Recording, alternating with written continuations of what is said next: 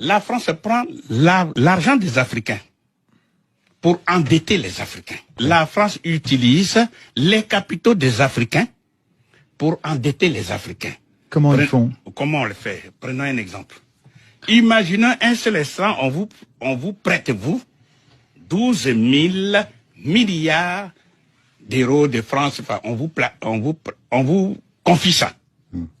Eh bien, pendant un an, même puisque vous n'allez pas garder cet argent sous le paillasson, sous le matelas, vous allez confier ça à un banquier.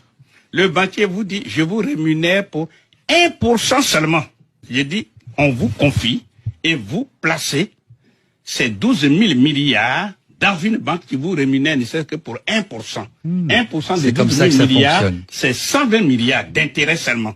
120 milliards. C'est comme ça que ça fonctionne. Bien, la France, un seul exemple, donc, ces intérêts rapportés en faveur de la France plus dessus, elle va aller prêter cet argent aux Africains, tabour battant, en mutant tous les journalistes, on va aider les Africains. C'est-à-dire qu'on va prêter l'argent des Africains aux Africains. Mais d'abord, c'est de l'argent qui est placé sur les marchés internationaux, avec donc la France a des revenus de cet argent-là, ensuite prêté aux Africains.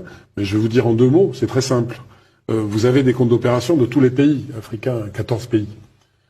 Quand la Côte d'Ivoire, il y a des pays qui sont toujours en positif sur leur compte. Il y en a qui sont toujours juste ou en négatif.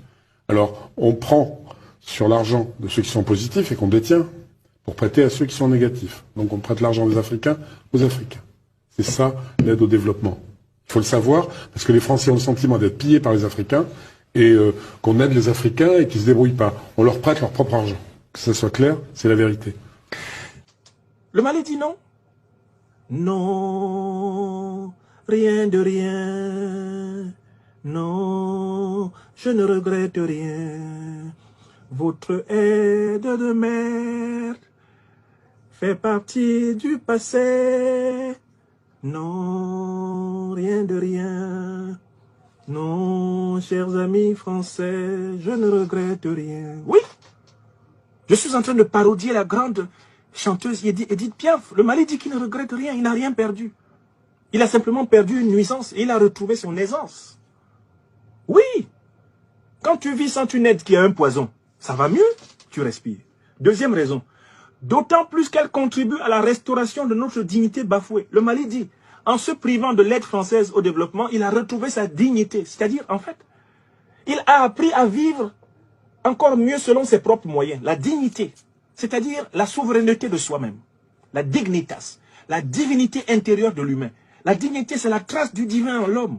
Et un homme est en ressemblance du divin quand il apprend à exister pour lui-même et par lui-même. Le Mali, depuis qu'il n'a plus besoin de tendre l'obole, de tendre la sébile pour avoir la pitié condescendante de l'AFD, le Mali se sent digne. C'est-à-dire que le Mali peut se regarder dans un miroir et dire « Je suis en chemin vers ma vraie souveraineté, vers le respect de moi-même.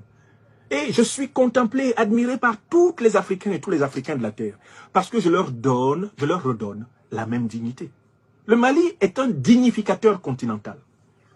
Qu'il me soit permis de créer ce concept. Le concept de dignificateur.